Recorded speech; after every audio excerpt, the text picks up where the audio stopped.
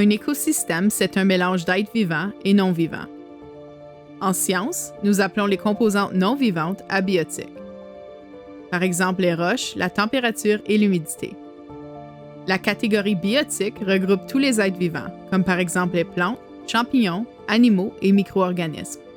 Ensemble, les facteurs biotiques et abiotiques créent des écosystèmes complexes et dynamiques.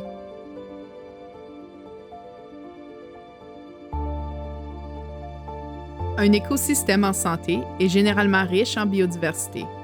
La biodiversité, c'est la diversité de vie, qui comprend les champignons, les plantes, les animaux, les micro-organismes dans le sol et plus encore. Lorsque nous avons plusieurs espèces, cela nous protège de toutes sortes de changements et de stress environnementaux. Disons que nous avons un écosystème très fort avec beaucoup de biodiversité, avec une grande variété d'animaux et plantes combinés, avec un sol riche et plein de vie.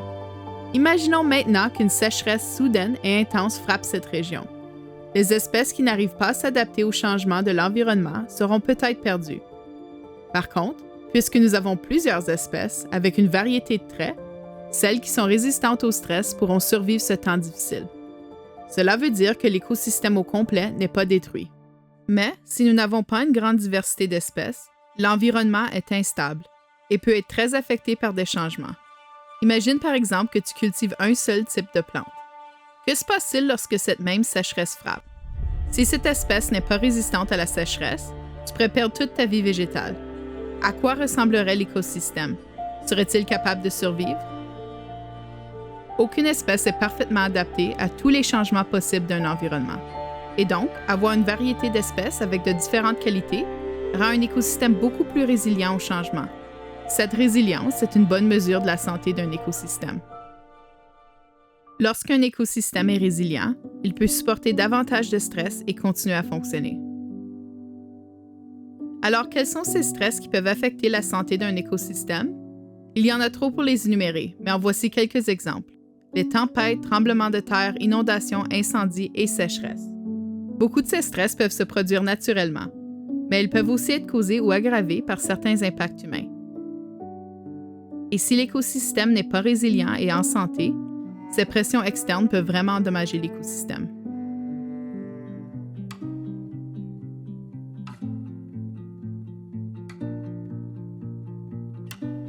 Les espaces d'agriculture sont-ils des écosystèmes? Les humains modifient l'environnement pour cultiver de la nourriture et produire des commodités. Un champ de maïs n'a pas toujours été un champ de maïs. C'était un écosystème avec plein d'espèces sauvages et d'interactions, comme par exemple une forêt avec tous les animaux et plantes qui y vivent. Pensez-vous que les champs utilisés pour l'agriculture industrielle sont encore des écosystèmes? Commençons par les composantes abiotiques. Nous avons des facteurs en jeu comme le climat, les minéraux dans le sol et l'humidité. Et les composantes biotiques?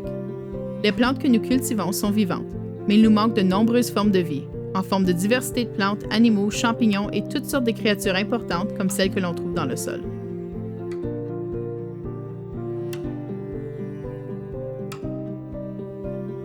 Ce que nous considérons généralement comme agriculture est l'agriculture industrielle avec des monocultures.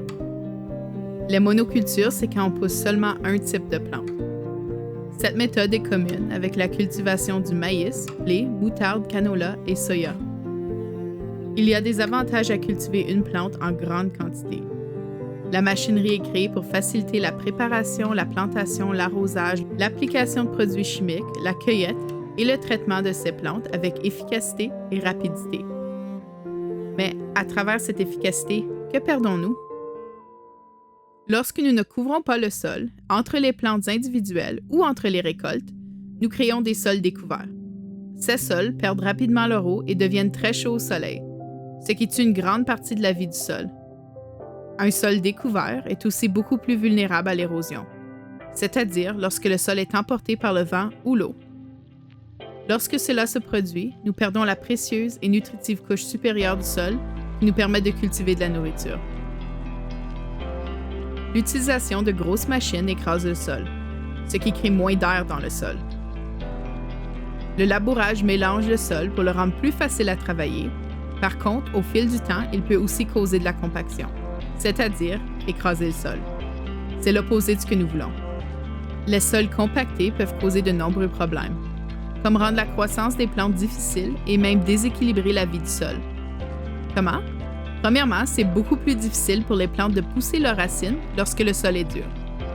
En plus, il y a maintenant moins d'eau et d'air dans le sol, ce dont la plante a besoin. Lorsqu'il n'y a pas beaucoup d'oxygène disponible, beaucoup des bons organismes dans le sol meurent, tandis que les espèces qui n'ont pas besoin d'oxygène prennent le dessus. Malheureusement, celles qui peuvent survivre sans oxygène ne sont pas des espèces que nous voulons avoir en grande quantité. Elles sont même généralement considérées comme mauvaises. Comme une grande partie de la bonne vie dans le sol est morte, il n'y a personne pour équilibrer les choses. Et puis, sans la vie du sol, la vie végétale est peu probable. Nous savons que compacter le sol, le labourage et garder les sols découverts peuvent tuer la vie dans notre sol.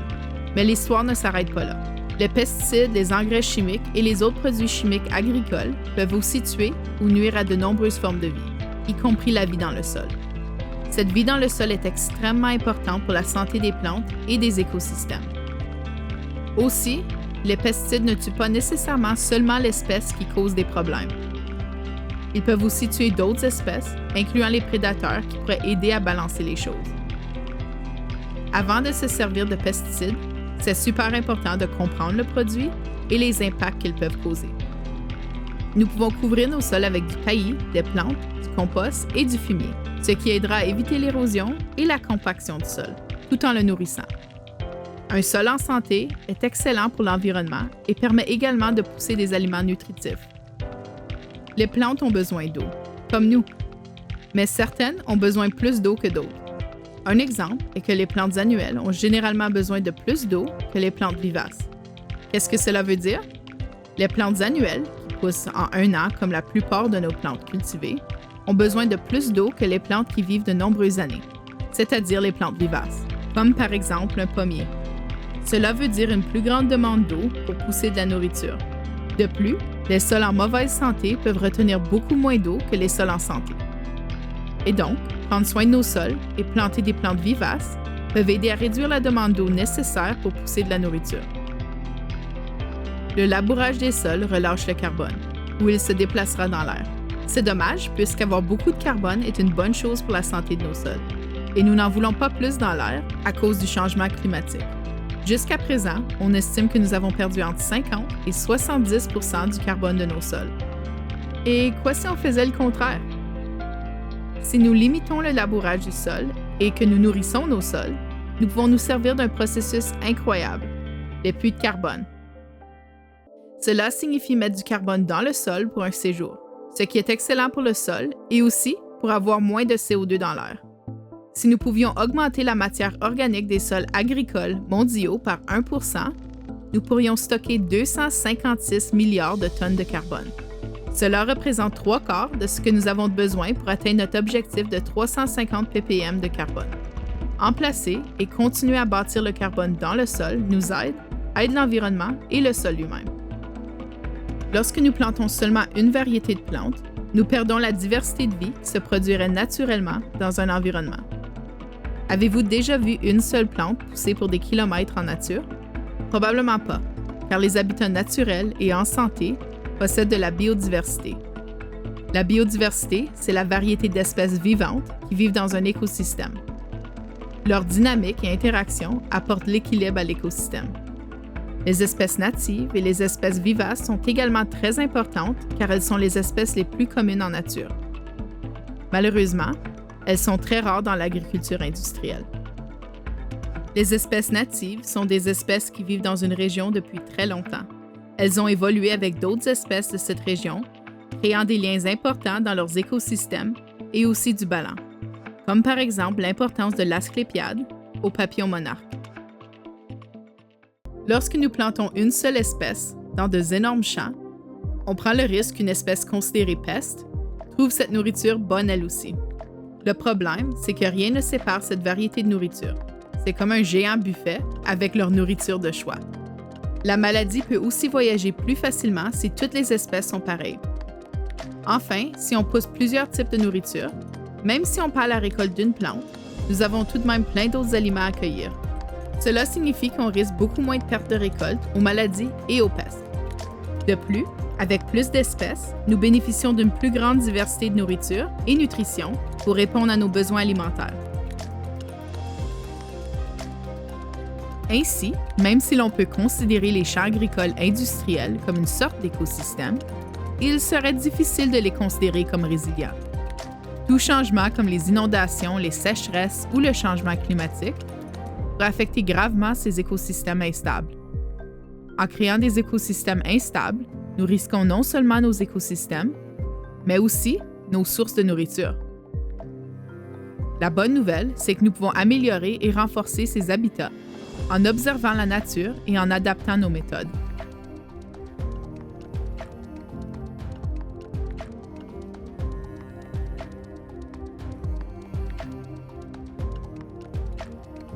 Que voyons-nous dans la nature? Comment pouvons-nous imiter cela dans nos jardins? Si nous prenons du recul et nous observons les écosystèmes naturels, nous pouvons commencer à comprendre ce qui se passe dans nos jardins. Il y a plusieurs façons de créer de la nourriture avec beaucoup de nutrition, tout en prenant soin de l'environnement. La polyculture, la permaculture, les forêts nourricières, l'agriculture régénératrice et le sylvopâturage ne sont que quelques exemples. Il est aussi important de reconnaître le savoir traditionnel impliqué dans plusieurs de ces méthodes. Il y a beaucoup de connaissances qui proviennent de communautés autochtones partout au monde, qui pratiquaient depuis longtemps plusieurs de ces méthodes brillantes, et ce, bien avant que des mots comme permaculture soient inventés. Les changements peuvent être faits à grande échelle ou à un niveau personnel. Voici quelques idées. Limiter ou éviter l'utilisation de grosses machineries, le labourage, les pesticides, les engrais chimiques, ainsi que les autres produits chimiques qui endommagent l'environnement. Créer des sentiers pour éviter d'écraser les régions où on pousse des plantes. Couvrir les sols avec du paillis ou des plantes couvre-sol. Planter plus de plantes natives et vivaces. Prioriser la biodiversité en plantant plusieurs types de plantes. Préserver des espaces naturels. Considérer tester le sol pour mieux le comprendre et savoir ce dont il a besoin. Nourrir le sol avec des composés naturels comme du compost ou du fumier.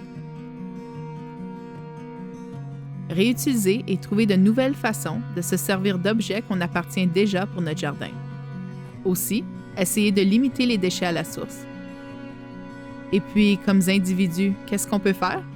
Lorsque c'est possible, nous pouvons acheter nos produits et nourriture localement, pousser une portion de notre nourriture et médecine, faire connaissance des fermiers locaux et leurs méthodes d'agriculture, explorer les différentes méthodes de jardiner, apprendre à créer, préserver et entreposer la nourriture et médecine, limiter le gaspillage de matériaux et nourriture, composter la nourriture qui n'est pas utilisable, prendre part dans des projets et jardins communautaires, créer et bâtir une communauté qui partage les ressources, connaissances, projets, espaces et des systèmes de support. Notre planète fait face à plusieurs enjeux, mais comme individus et comme communauté, il y a plusieurs choses dont nous avons le pouvoir de faire. Ensemble, nous pouvons créer de belles espaces qui nous apportent de la nourriture, sécurité et communauté. Des espaces où nous pouvons apprendre, partager et offrir l'entraide. Intéressés à apprendre plus sur la permaculture et les forêts nourricières? Nous avons comme but de bâtir une forêt nourricière par quartier. Ces forêts nourricières mimiquent des écosystèmes forestiers, tout en nous offrant de la nourriture comme des pommes, poires, cerises sûres, framboises et une variété d'herbes. Nous avons plusieurs projets où s'impliquer et de sessions gratuites pour apprendre de nouvelles habiletés. Pour plus d'informations ou pour nous rejoindre, visitez notre site web.